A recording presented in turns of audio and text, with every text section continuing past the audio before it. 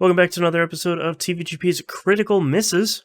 We'll catch up on all the hits we've missed in our season of time loop movies. I'm your host, Boston, and joining me as always is Moonpier. Bye. Wait a minute. It is a time loop. We're here to talk about 2014's Edge of Tomorrow, aka Live, Die, Repeat. Which Live, Die, Repeat is a real good title for this movie, and it is a bummer. It's also a really good title for a roguelike. See? We got Mummy demastered, let's get Edge of Tomorrow demastered. We can do it. I believe in it. This is the second part of our accidental Emily Blunt double feature. Us not realizing these two were back to back. Okay, so we know Emily Blunt's in this. Let's get this out the way at the very, very top of this movie. You know who the main actor is in this. It's Tom Cruise. Like, you would have to be living under a rock to not know Tom Cruise was in this action movie that repeats that everybody hated. Okay, so tell me how you feel about Tom Cruise, because Tom Cruise, whether you want to admit it or I want to admit it, he is the Hollywood name for about 20 years now, it feels like. For sure. I mean, especially with Mission Impossible was just like, yeah, man, Tom Cruise. Like, that third Mission Impossible movie where he's like running for 7 straight minutes just through that city or whatever. Like, it's just incredible. Anyways, I think Tom Cruise is largely a really good actor. Okay. I have seen him in a lot of things. Yeah, because before he did the Mission Impossibles, he did make his name with a lot of those 80s and 90s movies. Yeah. Like Top Gun, which you haven't seen, I believe. I have seen the majority of Top Gun, but it has been a really long time. Color of Money, Cocktail, Rain Man, Born on the 4th of July, Days of Thunder, which if you haven't seen Days of Thunder... Days of Thunder is a great movie. It's a great movie, which there was an American comedian I loved once, and he said the key to a Tom Cruise movie is there's a guy who comes in, he's really, really good at something. One might say he could even be the best at something potentially, but then he has a crisis of faith. Right. And then he meets a woman who helps rebuild the faith in him, and then he shows that he does have the potential to be the best at something. Right. And legitimately, that's like half of his movies. That's the formula. Yeah. I feel like he really hit it big with A Few Good Men. Like that and Interview with the Vampire and The Firm, kind of all coming out in 3 years. Yeah. Interview with the Vampire is great. People should watch that. And that has the like super weird combo of Eyes Wide Shut and Magnolia. I like Eyes Wide Shut. Magnolia is... I've never seen Eyes Wide Shut. Wait, no. I've seen Eyes Wide Shut. I haven't seen Magnolia. Yeah. Eyes Wide Shut is the adult movie, we'll say. Yeah. We'll probably get to Magnolia at some point, because I have a lot of complicated feelings about Magnolia, and I feel like that's probably a movie I would like now, and I did not like when it came out. So, he's been in a lot of stuff. I like The Last Samurai too. I know that's not like a popular opinion, but it's a traditional white man saves the day movie. 100%. It's still a good movie. I like Tom Cruise. I think he's a really solid actor. I don't think he would be like my favorite actor of all time, but I think he's one of those ones where it's like, it's got Tom Cruise in it, it's probably gonna be good. You know, good to great. It's not gonna be. You're not gonna go watch a movie with Tom Cruise in it, and it's gonna be bad. You know, typically, War of the Worlds I haven't seen, but you know, it's not bad. It's not a bad adaptation. It's not great, but it's really hard to remake something that would. When they made the radio play, people legitimately thought people were invaded. We were getting invaded. Yeah, like it was that good. Yeah, you can't really live up to that hype kind of thing. Yeah. Like he as an actor, he's fine. Yep. I am generally speaking, his movies are perfectly fine. he generally is very much Tom Cruise in all of his movies. So, which is to say, he plays the same part. Hence, Just like Bruce Willis, you know, we're sort of yes, fans of being like, yeah, Bruce Willis shows up on set, does a Bruce Willis stuff for a couple weeks, and then buys a boat. uh-huh. Bye, Like Bruce. my biggest argument for him is I think he only acts as Tom Cruise unless somebody else on set pushes him to be different. Oh, okay. And specifically by that, I'm referring to Mission Impossible 3. Mm-hmm. He very much plays the same Tom Cruise in all Yep. of them. He plays the same bloody whatever his name is that I'm I a can't spy. remember. Again. Ethan Hunt. Ethan Hunt. What a name. He plays the same Ethan Hunt in all of them. But then on Mission Impossible 3, he's acted opposite Philip Seymour Hoffman. Mm-hmm. And Philip Seymour Hoffman brings out a different shade of Tom Cruise, which I Philip Seymour Hoffman is adore. chewing the scenery through that entire movie, and it's incredible. It's so good. Like Yeah. it's the hero who is unhinged and losing his mind, and the Mm-hmm. villain who is cold and calm the entire way. That is amazing, and I would argue that Interview with the Vampire. I think Brad Pitt brings out the best of Tom Cruise in Interview Yeah, with the Vampire. that's true. And for anyone that's wondering or writing us, like, you should do Miss Impossible, it's in the list. It's on Don't the worry. list. Yeah, we definitely have that where it's like we've seen how many of them are there? Oh, geez. Okay, I didn't know there were that many. Yeah, didn't we have this conversation in the production meeting? Probably for patrons at the $5 or higher level, this might be a little bit of retreading water, but yeah.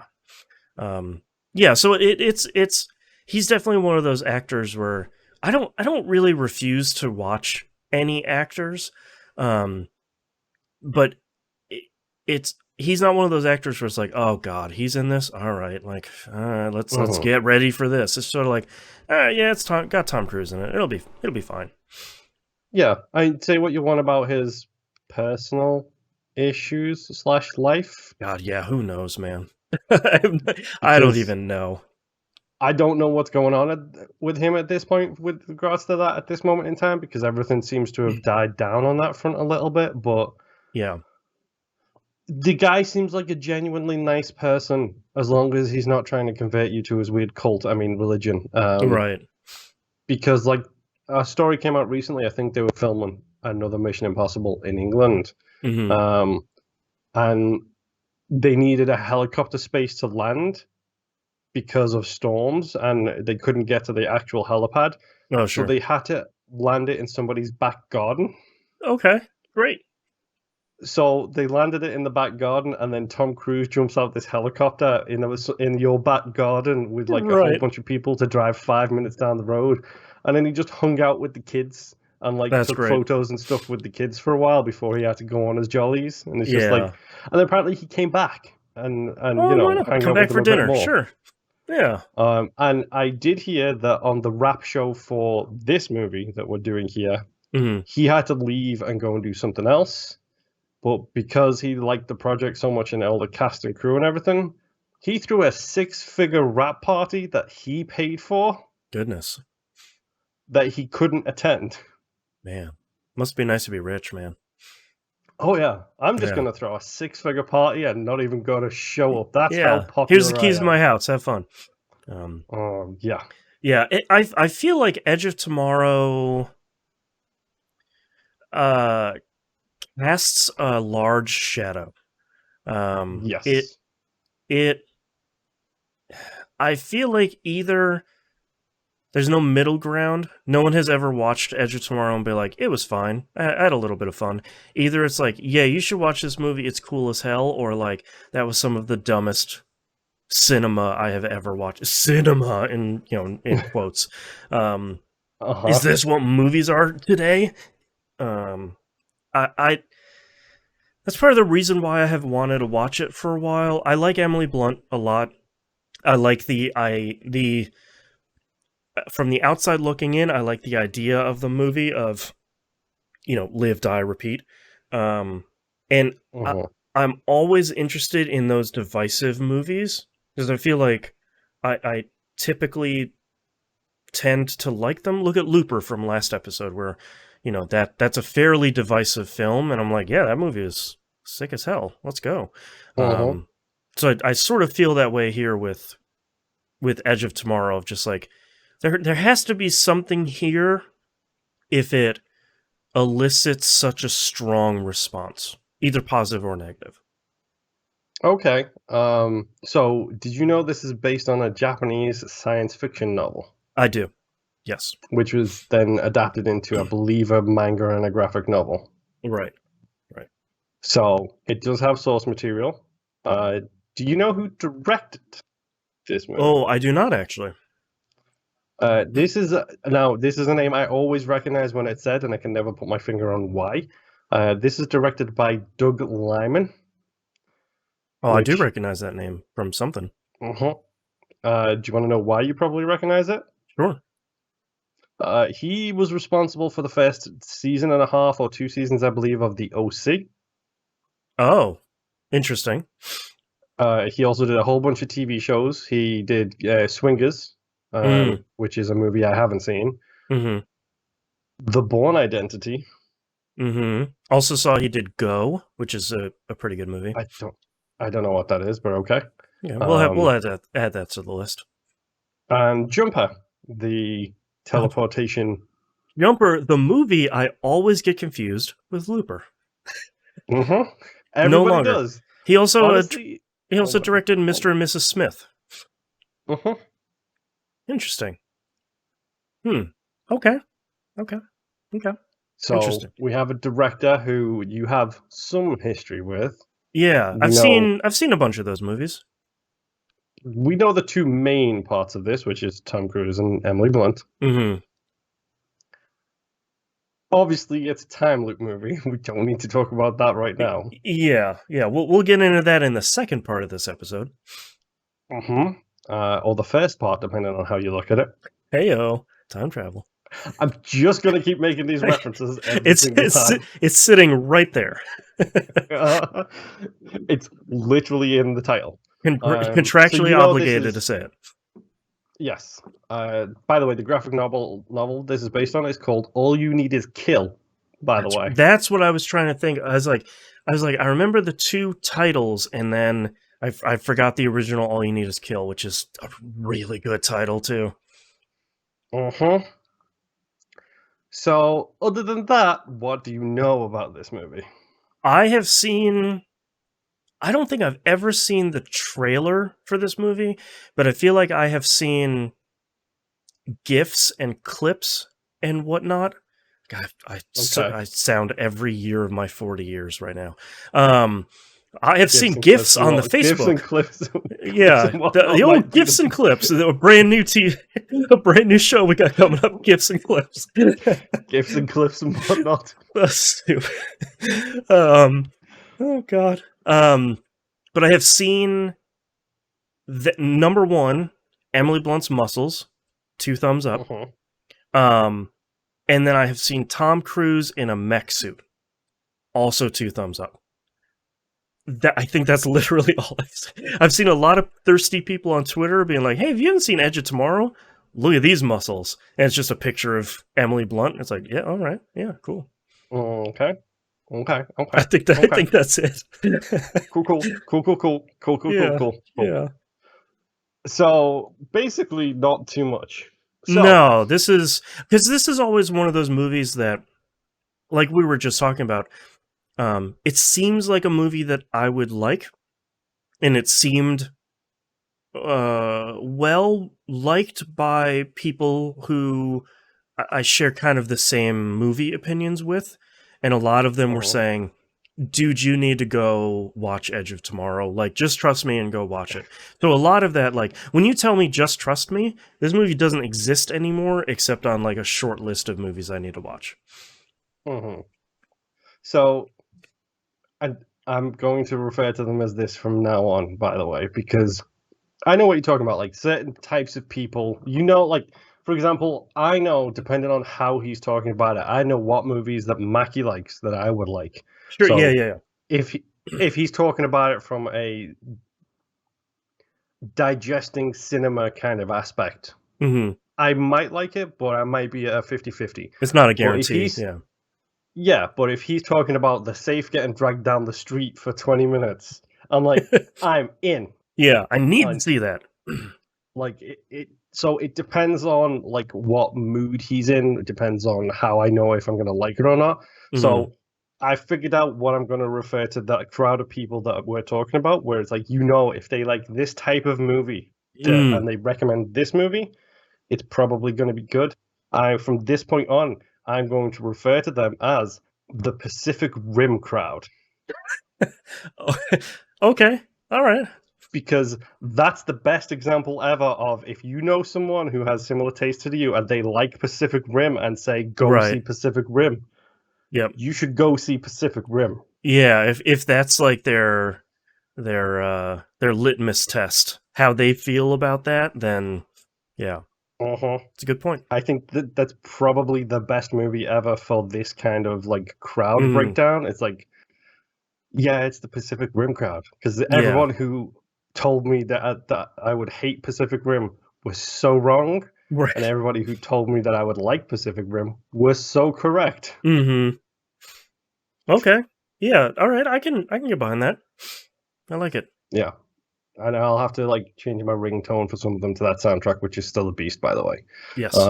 Or just him saying "reset the clock." That's your alarm. Is always a win. Speaking of always a win, right? A good friend who has never heard of us. Our good friend Idris Elba. Yes, our good friend Idris Elba. Listen for a sponsorship from him after the show. That's right. No, Cinema Wins has a two-parter on this, just so you know.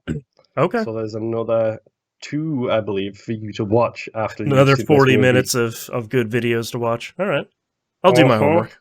Yeah. Okay, so basically, mech suit, muscles. That's pretty much it. Yep, pretty much. I'm debating how much to ruin here. Yeah, I don't know if we've already talked about Tom Cruise for about 18 minutes here, so I don't know how much more we need to go dive deep. I'm just trying to figure out who else to name drop. Like, there's a couple of other big names in this which will tickle you to no end, and I look forward to that. Writers were fine. The director, obviously, we've been into. Okay. No, No, I'm not even going to do that, because that's a great spoiler for the actual show or for the movie itself.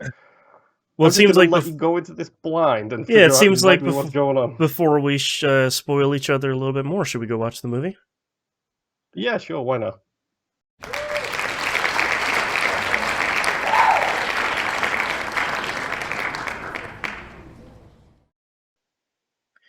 Welcome. We're back again for the second part of Edge of Tomorrow here, and boy, there's a lot here to talk about. This is a much more packed movie than I think I was expecting. Isn't this a little bit early? Yeah, Louise is deciding to come up. She really loves exosuits. That's her asking for one. She wants to go fight the mimics, and you really shouldn't stop her. She could be a valuable asset. Like, at the end of the day, she's a cat that probably belongs with you, so that's all we know.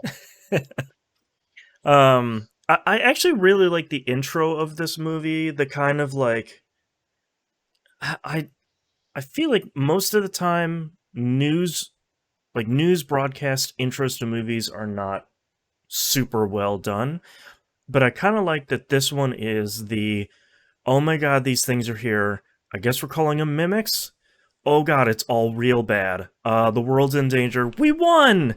We're winning! Hooray! And then that kind of transitions into Tom Cruise doing his stuff. Being the media side of it. Yeah, which I thought was kind of interesting. We talked a lot about Tom Cruise in the first part of this episode, And I think my natural thing was like, yeah, he's gonna be the last samurai. He's gonna be the war dude that comes in and pew pew pew takes out the bad guys. Yeah, let's go. And it turns out he's just a giant chicken. Like he is the literal exact opposite of the dude you would want on the ground, um, which is really good. Uh-huh. I like that he tries everything he can to weasel out of what he's doing. Also, big shout outs to Brendan Gleeson for being great in another role. Not a super huge one this time, but he's Uh-huh. always really good. Um, and I like that it's actually a really good line that Brendan Gleeson is like, yeah, you're going on the front lines, and not really asking you. I am in charge of you now, so you need to sort of get over it.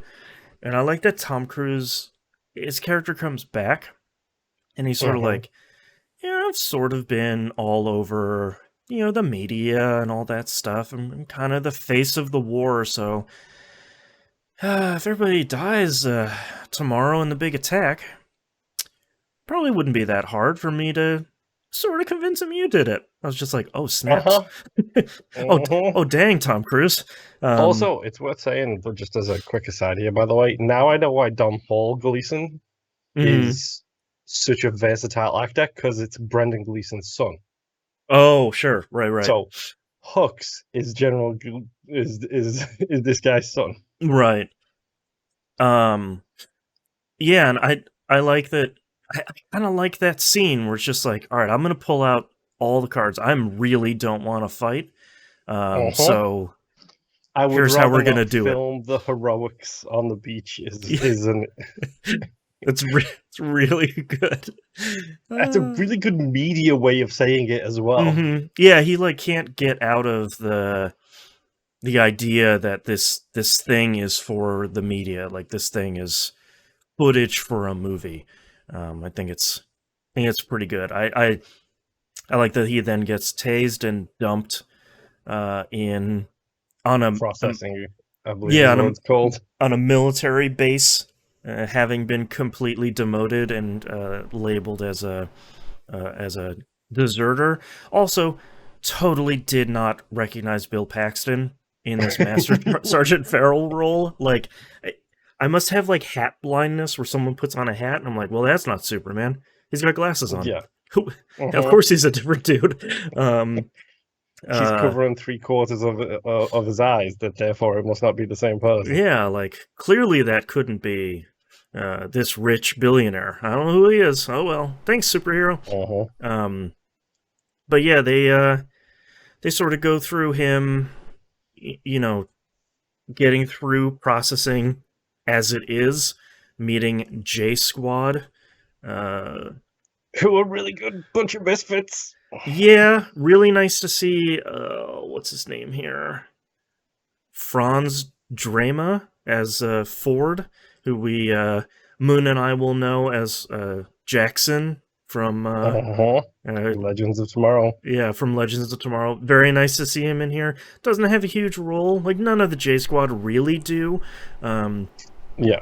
they're there to kind of fill a caricature and then do some cool stuff at the end, which is fine.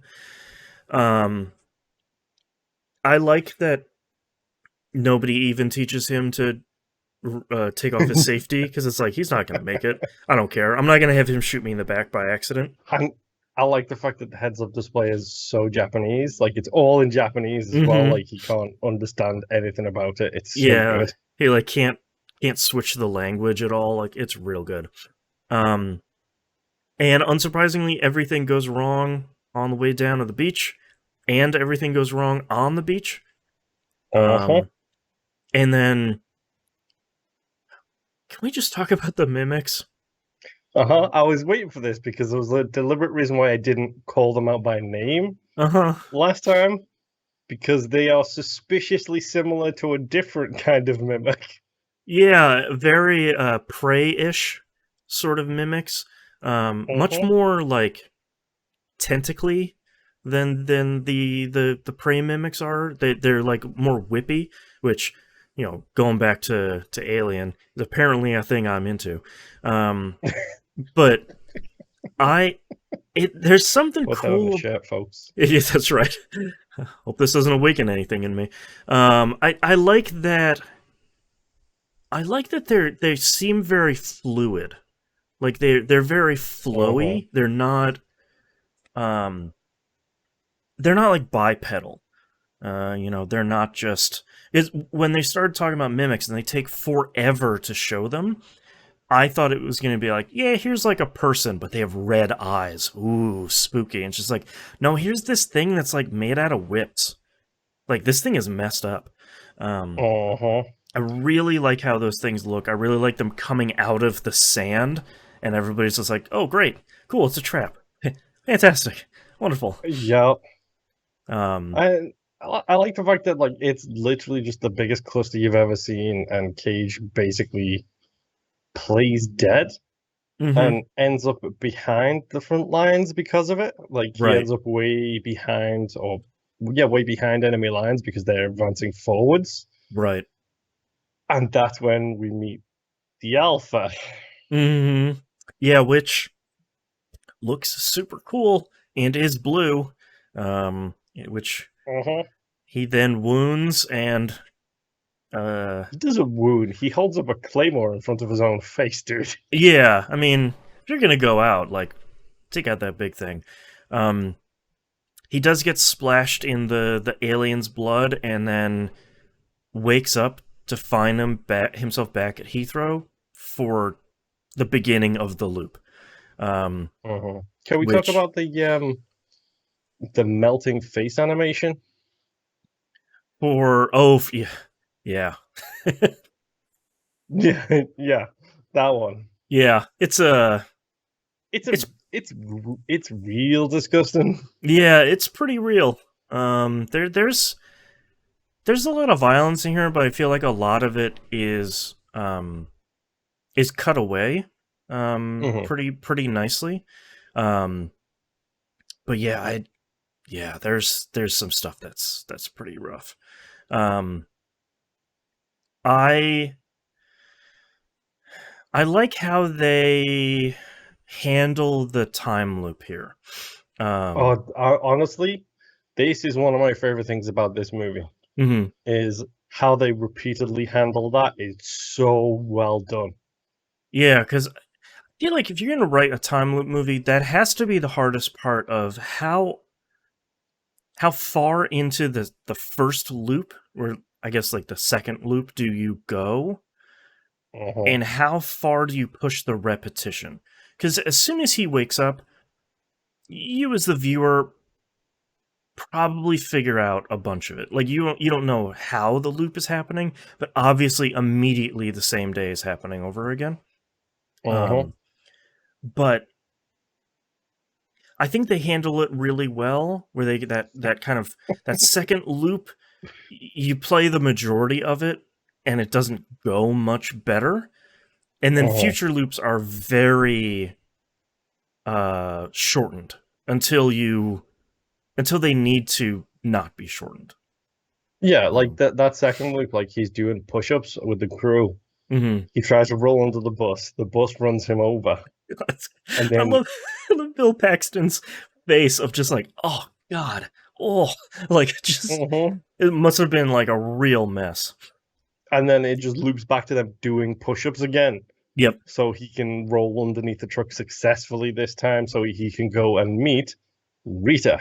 Yeah, Rita Vertasky, who is man Emily Blunt, uh, got got some muscles, feeling it. Uh-huh. Um, Again, another movie that Emily Blunt kills it in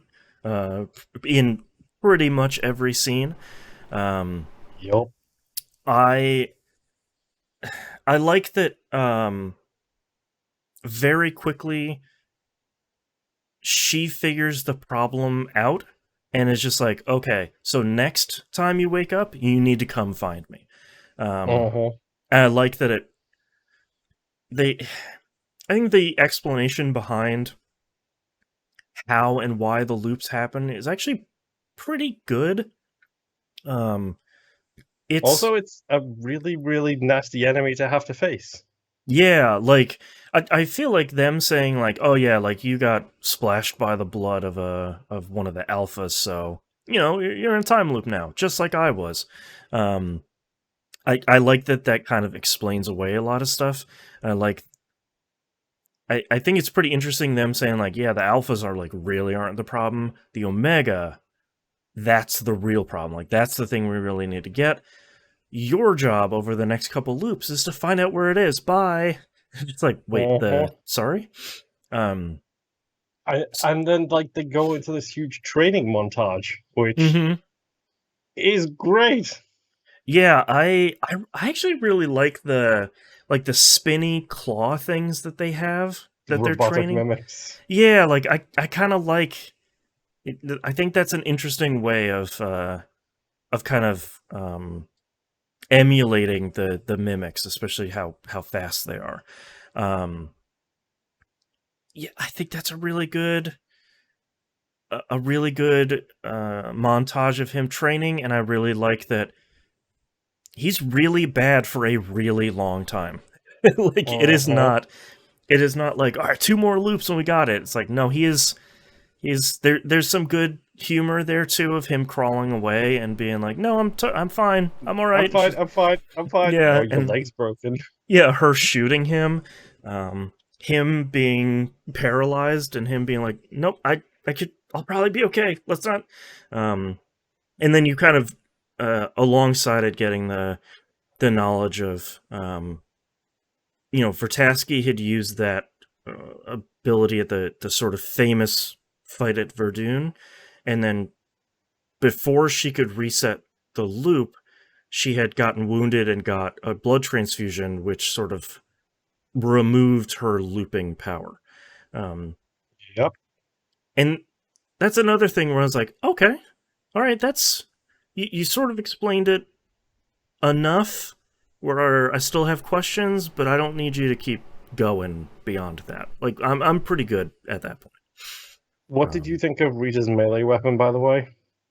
this like giant cloud strife sword. It's a helicopter blade, dude. Oh my god, I never noticed that.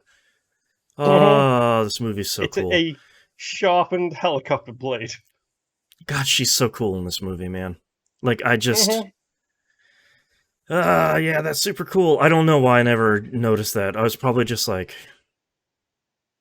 having like a that's Chappie moment whenever she's on screen. Where it's like that's Emily Blunt.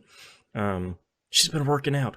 Yeah, her character is super cool. Uh-huh. I like that she genuinely doesn't like Tom Cruise's character.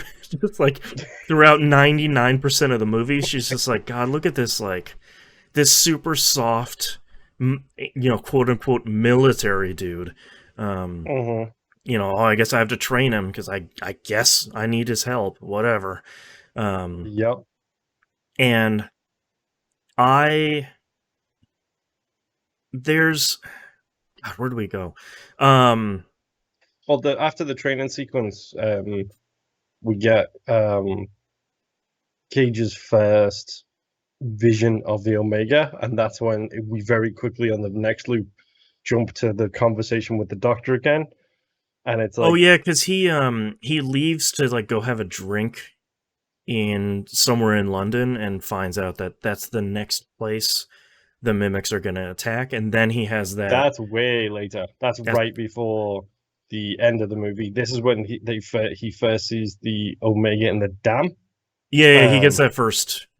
and they go to have the second conversation with the Doctor, and he's like, "Yeah, Right. you've got two hands up, hand back. We had this conversation before. Let's go." Yeah, I'm always a sucker for that stuff in time loop stuff where it's like, you know, they're saying the thing that the person's gonna say. You know, later in the movie we see Tom Cruise kind of hide the poker game for J Squad so that they don't have to eat the cards. Like I don't. Uh-huh. There's something about that that I'm always like, yeah, that's the stuff. Um, um, that I think this is the sort of extended sequence where he is trying to figure out how to How to get them escape. off the beach. yeah, like get off the beach, and then which is it's really great. Of like, I love the first time that he goes to the beach and tries to escape. Rita asks him on the next loop, where it's like, how did it go? And he's like, there's kind of like a lot going on. Like, it went all right. And she's like, okay, I guess we sort of need a plan. I like that they kind of hone and focus their plan throughout the entire thing. Uh-huh. And Him getting hit by that truck, by the way. Chef kiss. so good, so good. Real good.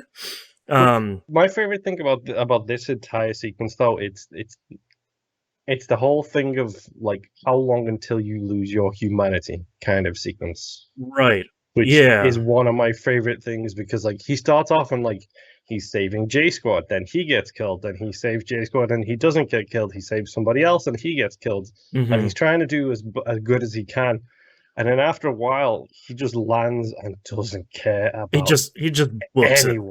Yeah, it's just like it's probably not going to matter. So peace. Yeah, it's real good, and I like that they don't really address it too much. It's not like loop over loop, I'm losing my humanity. There's no like cheesy voiceover. It's just like, yeah, we're gonna loop over loop. He Let's see what acts this dude's really gonna do. well. Yeah. I do find it.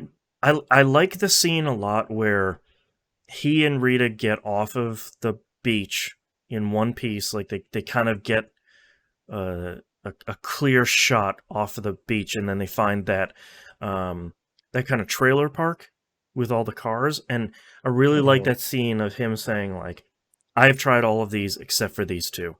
I think you should try this car. Don't forget to do this. Don't wait for me. Just kind of book it. Like don't even worry about it." I like that. I really love that this movie fills in so much in Mhm. like one or two lines where it's like he's had X number of runs, probably a significant number of runs from the last scene to this one, and every one of them has gone all the way wrong. Um, Yup. and they do that time and time again in this movie, and I think it's such a smart choice. They use a montage when they can to kind of really make an impact, and they're really smart about not doing it. Yeah. I like it's one of those things like it's some things I didn't notice about the movie until our good buddy over at Cinema Wins pointed out. Like there's a couple of moments where he's training the day before and she looks at him and says to him, "Have I got something on my face?" And mhm, he doesn't say anything, he just looks at her, but the look is the one she would recognize because she's right. been through watching that other person die God knows how many times. Yeah. And he just got that like forlorn expression on his face, and then she just doesn't say anything and starts the machines. Mhm. And it's like, yeah, okay, now you get it. Now Yeah, you like know that there's someone else who understands how you feel. yeah, you're getting the whole story there. Um, I really like this action scene of them escaping in the it's a minivan, if I remember, with a little like camper Yes. trailer thing on the back, which of course has a mimic inside of it. Um, Mm-hmm. it's a really great quick chase scene of them sort of taking that thing out and setting the camper thing on fire. Um, I really, really like this next scene where they go to the farmhouse and there's like, they get rid of their exosuits and they have their guns and they're running out of supplies. They get to the farmhouse and they find the helicopter, and I really like the reveal that this is actually not the first time they've been to the farmhouse, and it's definitely not like maybe the first 30th time they've been to the farmhouse. Um, Yup. is he's lying to her about already having the keys. I like his response of her asking him like, how's piloting the helicopter going?" I like his answer of like, "Taking off is going really well. I'm still working on the landing." It's just like, it's just like picking up run over run. Just like, I okay, you can. It's so smart because you fill in so many of the blanks of like, I know what happened the first 5 times he hit that helicopter. He's flying it like a battlefield game. Where he's like, I get off the ground, explosion. Like Mhm. just I accidentally do immediately. a barrel roll and land with the propellers upside down. Yeah, like It's that giant bomb immediately clip it's of bad. leaving it to the experts. Exactly. That's a Oh god. deep giant bomb cut right there, That's my folks. my my favorite video on the internet. Um and I like that they have a really great scene of him just being like, "Man, I'm not sure if I can watch you die again. Like what if we just Mhm. kind of hang out here in the farmhouse? Like we can just hang out for a while, right? That'd be cool." And she's like, "No. What's wrong with you? I'll kill you right now." It's like, "Okay, great. Cool." The Yep. Also the lack of hesitation on Rita of just like resetting the loop is continually really great. Where it's like, all right, this one's done, bang, like just Yep. Like, doesn't even care. Just mhm. consistently over and over again. Here's a handgun. Here's a bullet. Now it's going in your face. Yeah. Um, it's the whole rest of this movie is a lot of stuff. Um, I like that he eventually kind of makes the decision to go by himself to the dam in the helicopter. Just like, I'm not even gonna involve her. Like I can't even manage to see her die again. So let's do this as a solo mission. Um, I think the really interesting scene is when he goes to the dam and he finds the mimic and the alpha, and they're both clearly, they know what's going on, and Mhm. they're like trying to disarm him rather than kill him. Um, Yep. it's a really good moment of, oh no, maybe they're way smarter than we have credit for, or this is just time travel sort of looping magic. Mhm. We're not Is it a entirely trap, sure. essentially? Right. Is it a trap, or have we done this 15 times before? Um, Mhm. this turns into them having a really cool infiltration scene where they're going to the Ministry of Defense to talk to Brendan Gleeson about, like, I need this thing, um, which turns into this kind of cool dance of, you need to turn around for 2 seconds. Now we need to walk for 15 steps. Now we need to do a 180 and walk backwards. Like there's some cool stuff that they don't they don't hang out in that scene for too long because what the deal is, but seeing them kind of execute it is great. And then seeing Tom Cruise's character uh on the back foot for once when he gets honest with what's that guy's name? Uh Brigham. When he talks to Brigham and he eventually convinces him to get the prototype, the like Omega locator. Um Mhm. I like that Tom Cruise's character is like, I don't know what to do. This has never worked before. I think that little bit of like, I'm still not super great, even though I'm sort of Yeah. BSing through everything. Um, I really like, so they find the location of the Omega. I really like that they use the Louvre, which is like, Mhm. uh, I think on paper that seems pretty stupid, but looking at how the Louvre is flooded and like how the whole area is destroyed and flooded, it's sort of like, Yeah. this looks pretty cool. Um, Oh yeah. That locator, by the way, like I love the whole that coming back at the end of the movie after it was in the beginning when like mhm, immediately when she takes him to meet the scientist fella, they're talking about like because it's the first loop they've met each other yep, and they're talking about that and she immediately pulls it out, goes swing, and all the sticks come out, all the needles come yeah. out. She's like, "We should use this on him." And she's like, "Whoa, what is that?" Also, like that in the like car escape after they got the thing, she just jams it in his leg because he's hesitating. Like that, just I would be hesitating too. There's like 12 pins coming out of that thing. Like that thing's Yeah. pretty serious. Um, and uh, they get in a car crash after they figure out where the thing is, and he gets a blood transfusion, which then removes the looping power. Uh-huh. And we get the kind of with the hero ending sort of fight thing where he recruits J Squad and tells them about the Omega, and they fly to Paris, and everybody like one by one sacrifices themselves so the two main characters can get under the Louvre. Yeah. What happens if an alpha comes at me? Will you take one for the team? It's like, Yeah, right. Sorry, bud. Like might as well be honest with you though, and I guess. uh-huh. Um, I I think it's a really fun shot of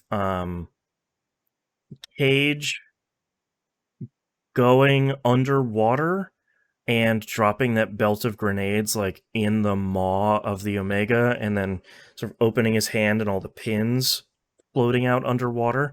Um, I It's a really interesting shot of him sort of like floating down after the Omega explodes and being submerged in the Omega's blood. Um, and then just having that really quick snap to a zoom in on his face again, and then you see him in the helicopter the day before he usually wakes up. Um, Uh-huh. that's a really great shot of like, oh, okay, oh no, wait, is there another loop? Um, and then you find out like all the mimics are dying and humanity is kind of sweeping through and reclaiming Europe, and J Squad is there, and um, he goes to find Vertasky, and she mouths off to him again like usual, and he just laughs and credits, which is Yeah. That cut to black is pretty sick. yeah, that cut to black is pretty good of just like, yeah man, all right, so you're still who you are. That's real great. um Uh-huh.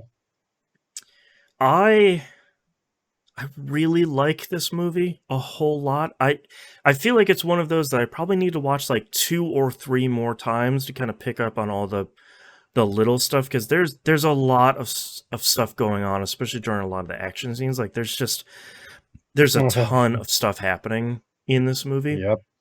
But like I said before, I think it's I think it's written really, really smartly. Like I think it really has to be something very difficult to write a time loop movie, because how much Yeah. do you tell? How much do you telegraph? Like how much do you explain the loop?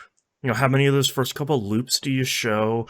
You know, this is clearly there's more loops than something like Happy Death Day, where that's a pretty small number. Um, Yeah. and This feels like it could be in the hundreds of thousands. yeah, like they're just it's an impossible amount to count. Um, but I think that leads to really interesting scenes, especially of like once they get out of London. You know, the trailer park scene, the helicopter scene. Like, there's some really good scenes of you as the viewer trying to figure out like, is this the first time they've done this, or is it the 50th 200th time they've done this, and he's just like poking at every variable in every different Yeah. run. I think that stuff's really good, and like Tom Cruise and Emily Blunt are both real great. Like Tom Cruise just for the majority of the movie just really really kills it. Um, Yep. and Emily Blunt just plays this super badass that I think she does a really great job of selling it. I think it Yeah. works I really I well. think she really steals the show in this. Like, Yeah. honestly, this feels like her movie more than anybody else's. Yeah, definitely. And one of the things I like, go watch the Cinema Wins on this, dude, because I know, it I points out totally forgot to watch it. Ugh. it points out a lot of stuff like the exosuits.